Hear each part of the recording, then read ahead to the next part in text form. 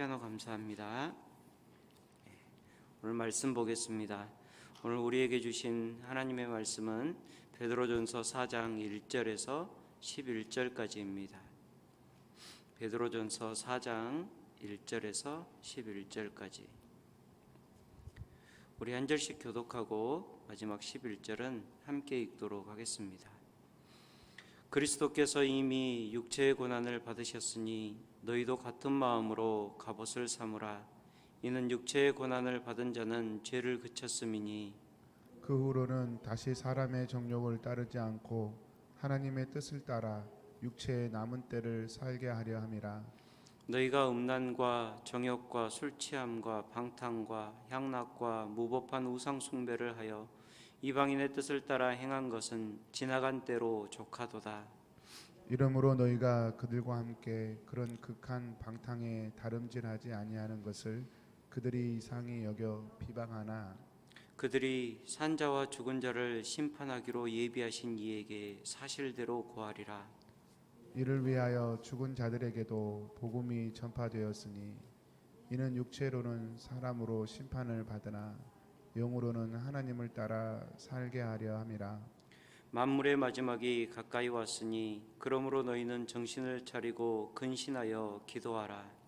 무엇보다도 뜨겁게 서로 사랑할지니 사랑은 허다한 죄를 덮느니라. 서로 대접하기를 원망 없이 하고 각각 은사를 받은 대로 하나님의 여러 가지 은혜를 맡은 선한 청지기 같이 서로 봉사하라. 만일 누가 말하려면 하나님의 말씀을 하는 것 같이 하고 누가 봉사하려면 하나님이 공급하시는 힘으로 하는 것 같이 하라. 이는 범사에 예수 그리스도로 말미암아 하나님이 영광을 받으시게 하려 함이니 그에게 영광과 권능이 세세 무궁하도록 있느니라. 아멘.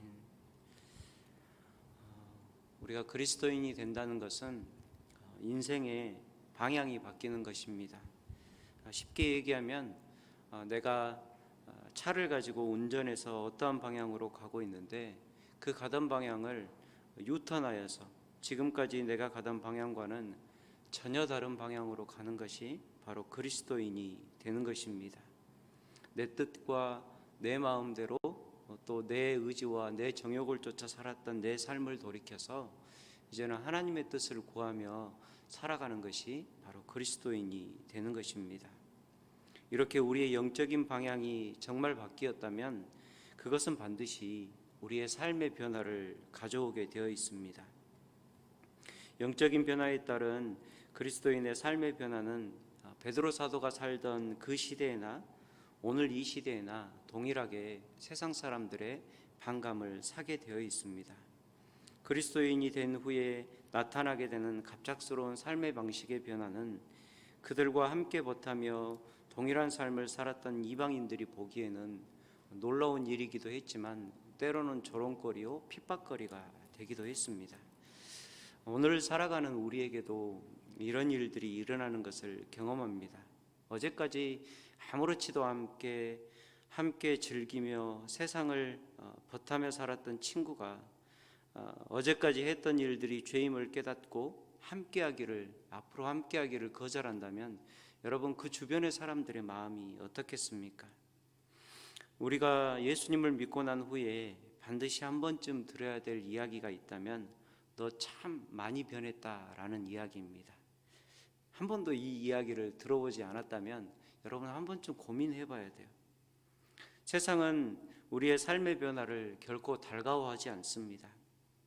그래서 우리가 변화된 삶을 살아가고 거룩하게 구별된 삶을 계속해서 유지해 가는 것이 쉽지가 않습니다. 오늘 말씀 4절을 보면 너희가 그들과 함께 그러한 극한 방탕에 다름질하지 아니하는 것을 그들이 이상히 여긴다 그리고 비방한다 라고 말씀합니다. 비방할 뿐만 아니라 다시 우리의 삶을 이전에 그들과 함께 살았던 삶으로 돌이키려고 세상은 끊임없이 우리를 핍박하고 또한 유혹할 것입니다.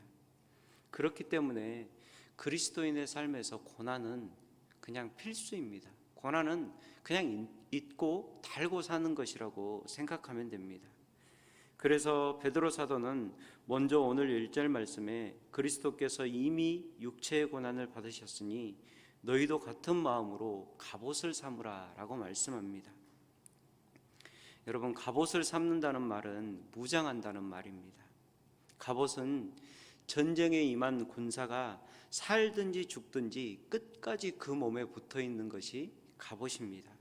전투가 다 끝나기 전에 갑옷은 몸에서 떨어질 수 없습니다. 칼이나 방패는 우리가 실수해서 땅에 떨어뜨릴 수도 있죠. 그러나 갑옷을 떨어뜨릴 수 있습니까? 아닙니다. 갑옷은 몸에서 떨어지는 경우가 없습니다. 예전에 황산벌이라는 영화가 있었는데 한국에서 나온 영화라 여러분들이 잘 보신지는 모르겠습니다. 그런데 그 영화의 대사 중에 이 백제의 계백 장군이 신라의 5만 대군을 싸워서 5천 명의 군사를 데리고 맞서야 되는 상황입니다. 마지막 백제가 망하는 황산벌 전투가 벌어지죠. 그때 그 계백 장군이 5천 명의 군사를 세워놓고 이렇게 이야기합니다. 우리는 멋이기 할 때까지 갑옷을 거시기 해불자, 이러는 거예요. 무슨 얘기인지 모르시겠죠. 사투리라서 이해하기가 쉽지 않은데 해석해 보면 죽을 때까지는 결코 이 갑옷을 몸에서 떨어지지 않도록 하라. 우리의 목숨이 떨어지는 날까지는 이 갑옷이 몸에서 벗겨지지 않도록 하라라는 그러한 이야기입니다. 그래서 영화를 보면 이 명령에 따라서 백제의 군사들이 절대로 갑옷이 몸에서 벗어지지 않도록 아예 실로 갑옷을 꿰매버립니다. 옷에다가. 그리고 갑옷과 갑옷을 꿰매가지고 이렇게 단단히 묶는 장면이 나옵니다. 그리스도인이 된 후에 삶의 변화된 모습을 추구하는 우리가 고난을 대하는 태도가 이러해야 된다는 것입니다. 고난을 갑옷 삼아야 합니다. 고난을 거시기 할 때까지 거시기 해버려야 합니다. 여러분, 이것이 우리의 자세여야 합니다. 고난을 피하는 것이 우리의 소망이 아니라 그리스도의 고난을 온전히 이루는 것이 우리의 진실한 소망이 되어야 합니다. 골로새서 1장 24절을 보면 바울 사도는 그리스도의 고난을 갑옷 삼겠다는 베드로 사도의 고백과 같은 그러한 고백을 합니다. 나는 이제 너희를 위하여 받는 괴로움을 기뻐하고 그리스도의 남은 고난을 그의 몸된 교회를 위하여 내 육체에 채우노라. 예수님의 십자가에 남겨진 고난이 있다라는 것입니다. 그 고난은 오늘 우리가 감당해야 될 고난인데 그것을 그리스도의 몸된 교회를 위하여 그리고 사랑하는 형제 성도들을 위하여 내 몸에 채우겠다라는 것입니다. 여러분, 우리는 오늘도 정말 할 수만 있다면 십자가를 피하고 싶지만 십자가는 피하는 것이 아니라 지고 가는 것입니다. 베드로 사도는 1절 후반부와 2절에 우리에게 반드시 있어야 될 고난의 유익에 대해서 이는 육체의 고난을 받은 자는 죄를 그쳤음이니 그 후로는 다시 사람의 정욕을 따르지 않고 하나님의 뜻을 따라 육체의 남은 때를 살게 하려 함이라 라고 말씀합니다. 고난은 그 순간에는 너무나 참아내기 힘들고 어려운 과정일지 모르지만 반드시 유익이 있다라는 것입니다. 우리는 고난을 통해서 죄를 그치게 되고 남은 육체의 때를 하나님의 뜻을 따라 살게 되는 것입니다. 우리에게 옛사람이 벗어지는 것이 참 쉽지 않습니다. 목사인 저도 그렇지만 누구에게나 이 옛사람을 완전히 벗어버리는 것이 쉽지 않은 과정일 것입니다. 그래서 성경은 옛사람이 습성이 빠지는 믿음의 과정을 마치 풀무불에서 불순물을 녹이고 순결한 금을 얻는 것에 비교하고 있습니다. 이사야 48장 10절을 보면 하나님께서 이스라엘 백성을 향하여 내가 너를 고난의 풀무 가운데서 택하였다라고 말씀합니다. 또 시편 119편 67절을 보아도 시편 기자가 고난당하기 전에는 내가 그릇 행하였더니 이제는 주의 말씀을 지키나이다 라고 고백합니다. 우리를 향한 하나님의 궁극적인 부르심은 사실 새하늘과 새 땅에서 누릴 영원한 평강과 안식을 향한 부르심이 분명합니다. 그러나 우리가 그것을 값없이 받기 위해서 우리의 삶의 성숙을 이루어야 되는데 그것이 고난 없이 거저 이루어지면 얼마나 좋겠습니까? 그런데 그렇지 않다라는 것입니다. 그러한 하나님의 궁극적인 부르심 앞에 반드시 먼저 우리를 고난으로 부르셔서 우리를 온전히 빚어가시는 하나님의 섭리가 있음을 우리는 기억해야 합니다. 고난받지 않고 하나님의 뜻대로만 살 수 있다면 좋겠지만 우리는 결국 고난이라는 과정을 통해서 하나님의 뜻을 바르게 깨닫게 되고 또 정욕을 따르는 옛사람의 길을 버리게 되는 것입니다. 이렇게 고난을 통해 방탕한 생활에서 떠나 하나님과 동행하는 삶을 살아가는 그 성도들을 바라보면서 세상에서 함께 어울리던 사람이 조롱하고 비방합니다. 그러나 5절 말씀처럼 그리스도인들을 비방하는 그들이 마지막에 하나님의 심판대 앞에 분명히 서게 될 것입니다. 하나님 앞에 섰을 때야 그들이 조롱하고 비방했던 그리스도인의 고난의 참된 의미가 무엇인지 그들이 분명히 깨닫게 되는 것입니다. 말씀을 통해서 다시 한번 고난의 유익을 생각하는 우리가 되길 축복합니다. 오늘도 기도하면서 어떻게 이 고난을 피해볼까? 어떻게 하면 이 위기가 그냥 눈 녹듯이 없어질까? 이러한 것을 생각하는 우리가 아니라 이 고난 속에서도 내가 아직 버리지 못하는 하나님께서 기뻐하시지 않는 죄악들이 내 속에 있지는 않는지 그것을 돌아볼 수 있는 우리가 되기를 소망합니다. 7절을 보면 베드로 사도는 만물의 마지막이 가까이 왔다라고 말씀합니다. 마지막 때가 가까이 올수록 사탄은 더욱 우리를 넘어뜨리려고 수단과 방법을 가리지 않을 것입니다. 그래서 베드로전서 5장 8절을 보면 우리의 대적 마귀가 우는 사자같이 두루다니며 삼킬 자를 찾는다라고 말씀합니다. 지금까지도 고난을 잘 이겨냈지만 더 큰 고난을 이겨내고 승리하기 위해서는 우리는 오늘 또 준비해야 된다는 것입니다. 이러한 준비는 크게 두 부분에서 생각해 볼 수 있는데 쉽습니다. 첫 번째는 내가 개인적으로 해야 될 준비입니다. 두 번째는 이웃과 더불어 공동체 관계 속에서 어떻게 준비해야 될까 이것을 고민해야 합니다. 마지막 때의 큰 고난에 대해 우리가 개인적으로 해야 할 준비는 무엇보다 기도입니다. 그래서 정신을 차리고 근신하여 기도하라 라고 말씀합니다. 이 말씀은 3절에 나오는 술 취함과 방탕함에 이렇게 극명하게 대비되고 있습니다. 근신하라는 것은 원어 그대로 해석을 해보면 맑은 정신과 바른 판단의 생각을 가지고 절제된 삶을 살라는 의미입니다. 그런데 이것은 우리가 생각하는 단순히 도덕적인 수준의 삶을 요구하지 않습니다. 바로 하나님의 뜻대로 살 수 있을 때 우리는 그것을 바르게 사는 것이라고 이야기하는 것입니다. 이러한 삶을 살기 위해서는 무엇보다 하나님과의 지속적인 관계가 필요한 것입니다. 매 순간 하나님의 손을 놓치는 그 순간에 우리는 반드시 세상의 길로, 유혹의 길로, 또 내 뜻과 내 삶을 쫓아가는 정욕의 길로 가게 되어 있습니다. 그래서 우리는 수시로 기도하고 우리는 깨어서 늘 하나님을 붙잡아야 하는 것입니다. 에베소서 6장을 보면 하나님의 전신갑주가 나옵니다. 우리 성경학교 때도 또 이렇게 성경 공부하면서도 많이 외우셨죠. 진리로 허리띠를 띠고 또 의에 이렇게 방패, 의에 호심경을 붙이고 평안의 복음이 준비한 것으로 신을 신으시고 믿음의 방패를 가지고 구원의 도구와 성령의 검, 곧 하나님의 말씀을 가져야 합니다. 그런데 사도 바울이 이렇게 그 성령의 전신갑주를 이야기를 해놓고 하나님의 전신갑주를 이야기를 하고 난 후에 에베소서 6장 18절에 어떻게 마무리하냐 하면 이 모든 기도와 간구를 하되 항상 성령 안에서 기도하고 이를 위하여 깨어 구하기를 항상 힘쓰며 여러 성도를 위하여 구하라 라고 말씀합니다. 제가 가만히 보니까 이 짧은 한 절의 말씀 속에서 기도라는 단어가 몇 번 나오는지 모릅니다. 계속 기도만 얘기하면 그러니까 그 기도를 바꾸는 거예요. 기도, 또 간구, 또 기도, 그 다음에 깨어 구하기, 그 다음에 여러 성도를 위하여 또 구하라. 구하기, 기도하기, 간구하기 이러면서 4번, 5번이 반복되어서 이 한 절에 기도가 이렇게 강조되는 것을 볼 수 있습니다. 여러분, 기도는 그리스도인의 영적 무장의 완성입니다.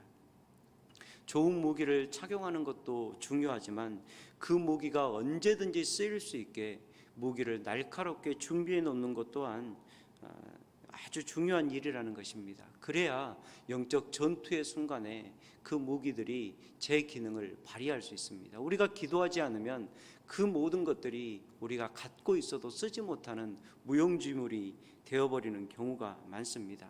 기도는 우리의 영을 날카롭게 세워주는 그러한 역할을 하는 것입니다. 여러분, 마지막 때에 무엇보다 기도하며 고난의 때를 준비할 수 있는 우리가 되기를 축복합니다. 두 번째로, 우리가 개인적인 기도 외에 이웃과 더불어 공동체의 관계 속에서, 교회 속에서 고난을 잘 대비하는 방법은 서로 뜨겁게 사랑하는 것입니다. 틈을 주지 말아야 합니다. 여러분, 조금만 미운 마음이 들고 조금만 서운한 마음이 들기 시작하면 그 안에서 이제 사단이 틈타기 시작합니다. 여러분, 뜨겁게 사랑하면서 서로 하나가 되어서 틈을 주지 않는 것, 그것이 바로 우리의 마지막 때의 고난을 대비하는 비결이 되는 것입니다. 오늘 말씀하면 사랑은 허다한 죄를 덮느니라 라고 말씀하시면서 그 사랑의 방법을 말씀하시는데, 그것은 서로 대접하는 것과 내가 은사를 가진 대로 봉사하는 것입니다. 쉽게 말하면 우리가 가진 것으로 서로를 섬김을 통해서 뜨겁게 사랑해가는 것이 이 마지막 시대에 고난을 이기고 우리가 함께 승리하는 비결이 된다는 것입니다. 그런데 여러분, 섬겨보시면 알겠지만 섬기고 돕는 것이 생각보다 쉽지 않습니다. 그래서 때로는 원망도 나옵니다. 그래서 바울사도는 오늘 원망 없이 섬기라라고 말씀하고 있습니다. 베드로 사도는 그래서 원망 없이 하라라고 말씀하고 있습니다. 섬김에 있어서 불평하고 원망하게 되는 이유는 간단합니다. 왜냐하면 이 섬김이 지금 누가 하고 있다고 생각하기 때문에 그렇습니까? 내가 내 것을 가지고 내가 섬긴다라고 생각하기 때문에 원망이 나오고 불평이 나옵니다. 그러나 10절에 베드로 사도는 분명하게 이야기합니다. 우리가 받은 모든 것은 하나님의 것이고 우리는 그것으로 지금 섬기고 있다. 우리는 청지기이다 라고 말씀합니다. 선한 청지기는 내가 받은 재능이든 내가 받은 물질이든 내가 받은 것이 영적인 은사이든 그것이 무엇이든 간에 이것이 내 것이라고 생각하지 않고 하나님의 것임을 아는 것이 선한 청지기들입니다. 그래서 11절에 보면 이 모든 섬김을 감당할 때 우리의 것으로, 우리의 능력으로, 너의 것으로, 너의 능력으로 하라라고 말씀하지 않고 누구의 능력으로 하라고 말씀합니까? 하나님께서 주시는 힘을 받은 사람답게 섬기라라고 말씀합니다. 그럴 때 하나님께서 영광을 받으시는 것입니다. 우리는 섬기는 모든 자리에서 나에게 있는 이 섬김의 도구가 하나님께로부터 온 것임을 기억하고 내가 섬기는 이 섬김이 지금 하나님께서 나에게 힘주셔서 섬길 수 있는 것임을 기억할 때 원망 없이 불평 없이 하게 되는 것입니다. 바로 하나님께서 이루실 궁극적인 우리의 모습, 바로 하나님께 온전히 영광을 돌리는 삶이 그러한 섬김을 통해서 이루어지는 것입니다. 함께 사랑하며 고난을 이기는 우리의 모습을 통해서 오직 하나님만 드러나시고 또 하나님만 영광 받으시는 복된 우리의 섬김이 되길 원하고 사랑하는 우리 킹스턴 한인교회가 되기를 소망합니다. 오늘 이러한 말씀을 가지고 함께 더 구체적으로 묵상하시고 기도하시면서 하나님께서 오늘 나에게 이러한 섬김 가운데, 기도 가운데, 또 고난 가운데 또 원하시는 것이 무엇인지 물어갈 수 있는 우리의 기도 시간이 되기를 축복합니다. 우리 함께 기도하겠습니다. 아버지 하나님, 우리는 고난을 피하고 싶어 합니다. 그러나 하나님께서 이 고난을 통해서 우리에게 이루실 일들이 분명히 있음을 믿음으로 고백합니다. 하나님, 십자가의 온전한 고난을 오늘도 내 삶이 잘 감당하여 하나님이 원하는 삶으로 변화되고 더욱더 성숙해가는 우리의 모든 삶이 될 수 있도록 하나님 동행하여 주옵소서. 이 마지막 때에 고난은 더욱더 거세어져만 갑니다. 하나님, 그러나 잘 준비하고 잘 이겨나가기를 원합니다. 무엇보다 기도가 회복되게 하여 주옵소서. 하나님과의 뜨거운 관계가 회복되게 하여 주옵소서.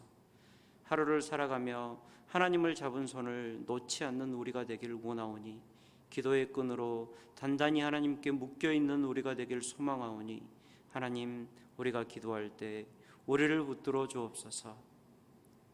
아버지 하나님, 서로 뜨겁게 사랑하기를 원합니다. 내가 섬기는 이것이 결코 내 것이 아니고 내 힘이 아님을 기억하게 하여 주옵소서. 오늘도 하나님 주시는 것으로 값없이 받은 사랑으로 값없이 섬기오니, 하나님, 우리의 모든 섬김과 우리의 온 삶을 통해서 하나님만 홀로 영광받아 주옵소서. 이 새벽에도 구체적으로 말씀하여 주시고 기도의 자리에 나와 하나님의 음성을 구하는 주의 자녀들에게 하나님의 세미한 음성, 주님의 귀한 음성을 들려주옵소서.